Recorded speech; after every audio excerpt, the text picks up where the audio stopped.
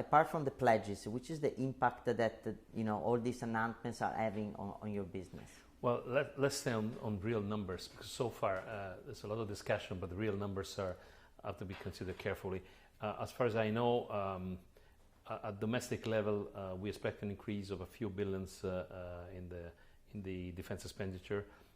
If I remember correctly, the forecast is from 32 billion to 36 this year, which is a remarkable increase, but still far from the target of 2%, which I believe will be reached gradually. At European level, we know there is the intention to invest approximately 150 billions, I believe from existing funds like cohesion funds. That should be in the form of grant. And there's discussion ongoing about extra 600 or so.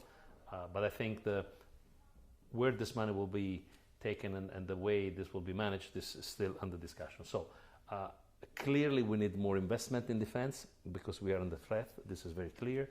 On the other hand, the numbers are still in progress. Market-wise, we have to consider that there is a lot of demand of new defense systems. And this is what has generated the increase in the defense market, the actual one. So I can see in Leonardo, for instance, we have a steady increase in orders and, of course, revenues that comes from the tension in the global market.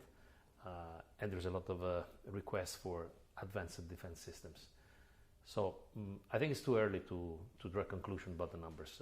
Let's see what happens in the next few months. We'll see what Europe will decide. Did you already see, an impact on your orders? Yeah, as I said, this first quarter we had an increase of approximately more than 20% year over year, and in general the financial figures are growing.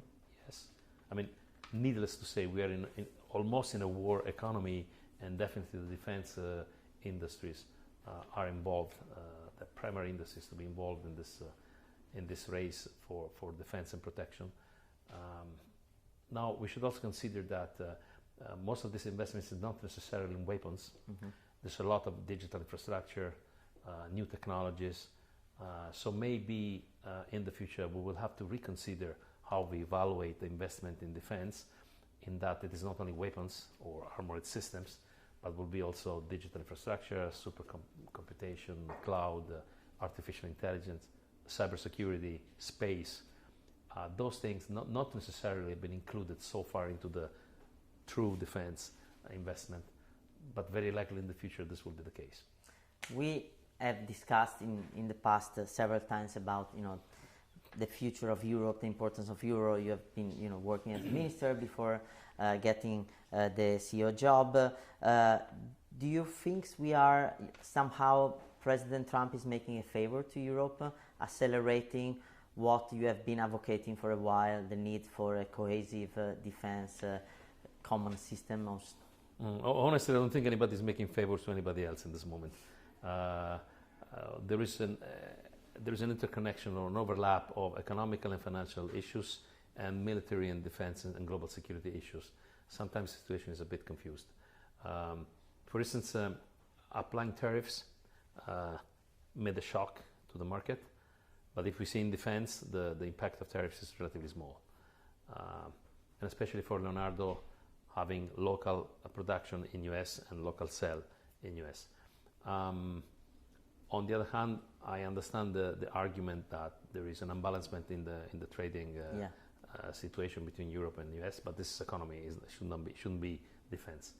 On the other hand, I believe that the actual situation that has been created in Ukraine after the Russian invasion made clear that, first of all, Europe is too fragmented.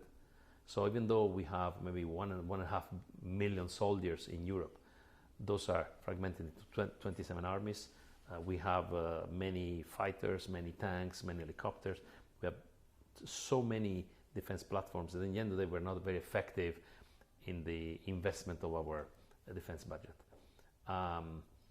The second thing that I think we should be noticed that no country can make on its own at European level to support and defend Ukraine. So clearly that was a bell. We have to wake up, we have to create a sort of European defense space. We have to boost the collaboration among defense companies. creating giants. If you see how big are the American and Chinese defense companies, they're much bigger than the biggest European ones, including Leonardo. That means facilitating the aggregation. That means favoring the synergy. Sometimes, from the industrial point of view, this means making choices and making priorities very clear. So this is happening, and in view of the NATO alliance that I believe should stay, should remain, should be reinforced, it is very important that Europe gets stronger, and that we need to be a solid, more reliable partner in the NATO alliance as a continent, and this will make NATO stronger, and ultimately will make for the Western countries life safer in the future.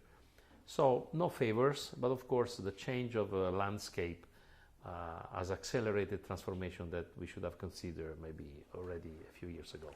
Do you see room that those needs will lead to real consolidation? So big M&A in the industry in Europe, or government is not yet ready for it? Making big M&As in defense means that some government essentially steps back from national sovereignty. Maybe it's a bit too early. We have to create a culture. We have to create a mutual trust. But for sure, favoring the aggregation in joint ventures, like the one we did with Rheinmetall, or within the NATO umbrella with Baykar for drones, that is for sure a quick and effective way to favor the aggregation, to favor the synergy.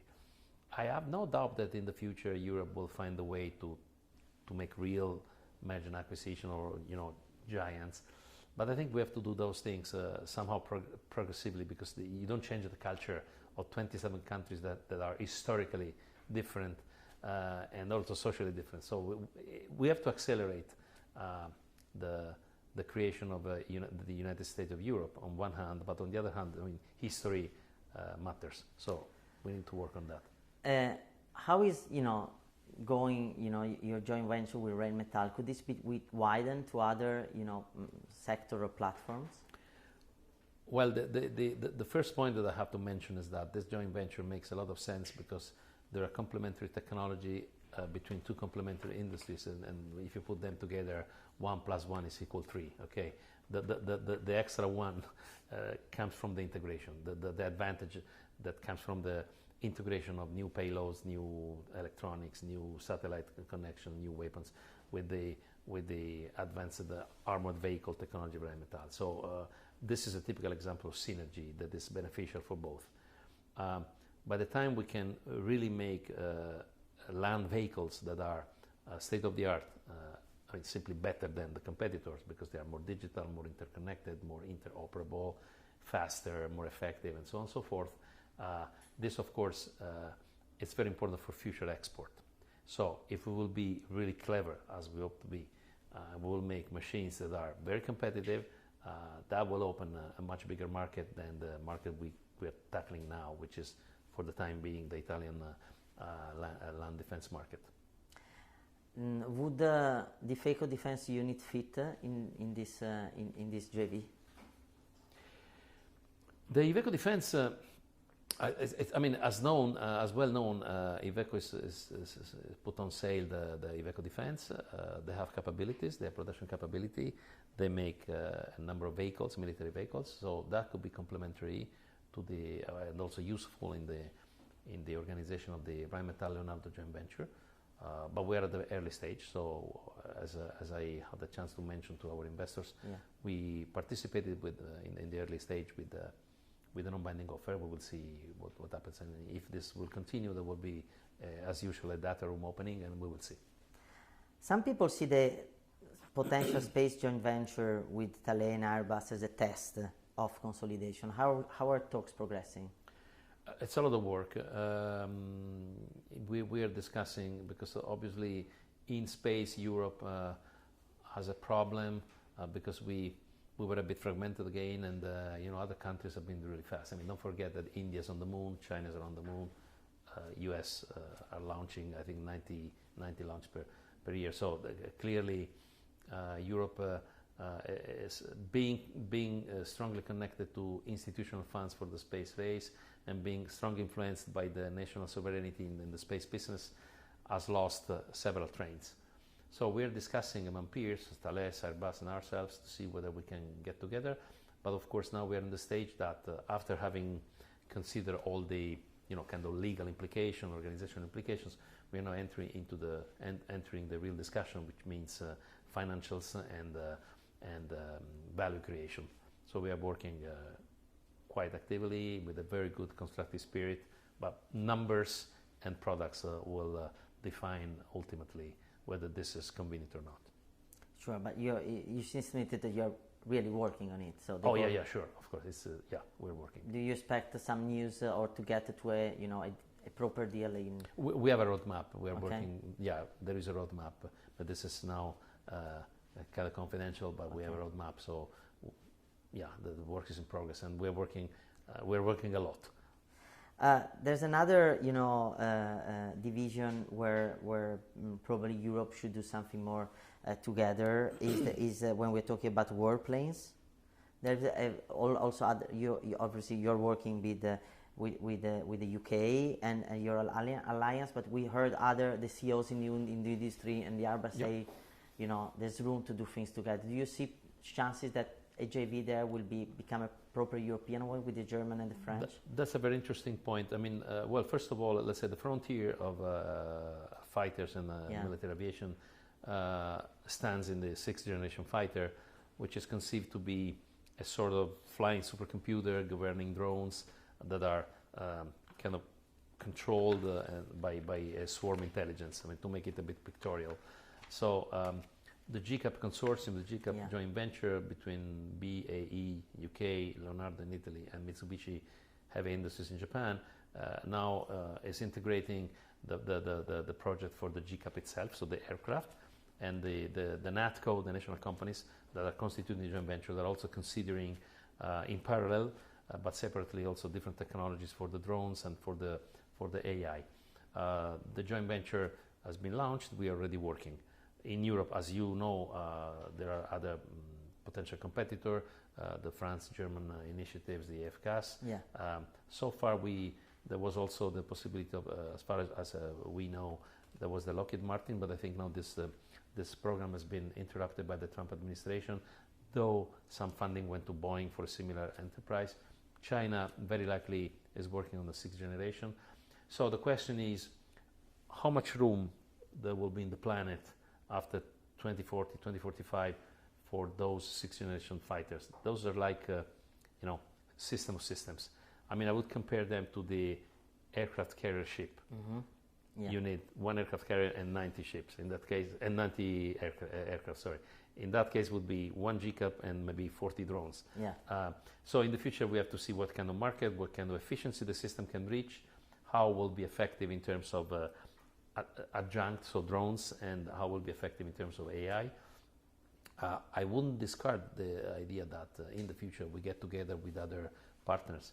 It's such a frontier effort that maybe rather than developing 3-4 competitive aircraft, in the future we will get together. But it's too early to say. Mm-hmm. We are still in the phase of conceiving the machine and addressing the key problem. Even the basic idea of the GCAP at the moment is under discussion. Will be that big, or kind of characteristics, requisites are still under discussion. I will be very open anyway to future partnerships, but clearly this will be decided by the states, not by the companies. You have a big presence in the US with DRS, no? Is there any plan to detangle yourself from DRS further, selling a further stake, or US is, together with UK, is our most important domestic market, because after Italy we have US and UK. And not only DRS, we have helicopters, we have electronics, cybersecurity. We have, I think, 7,000 people there, which is good in this moment because we produce there and we have a market there. It's approximately more than 4 billion, if I remember correctly, per year. We are happy with the progress there. We plan to improve our presence and to improve our production. We are also reinforcing the structure in US. DRS is doing extremely well. There are a few programs that are very strategic for the future. I can't say details, but that we're discussing. For the time being, there is no motivation to detangle or to change the setup. We are happy with this, and it's an additional technology value that DRS gives to the company. Of course, as you know, markets are changing very quickly. And should the situation change in one way or another, we'll be ready to make our choices. But at the moment, DRS is doing well, and we are collaborating on hot topics. And let me conclude with a sort of personal question. With such a huge interest on defense and on also the security of a CEO is becoming a concern in some countries.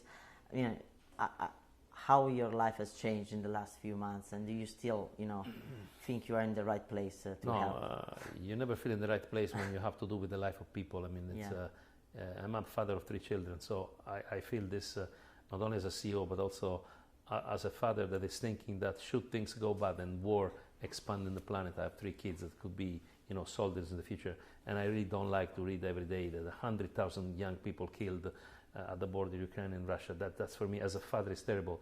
As a manager, as an individual, I live in a situation where, of course, I'm protected by armored escort. I have a car that is 3 tons because it's blindo car in the city where I live and here in Rome.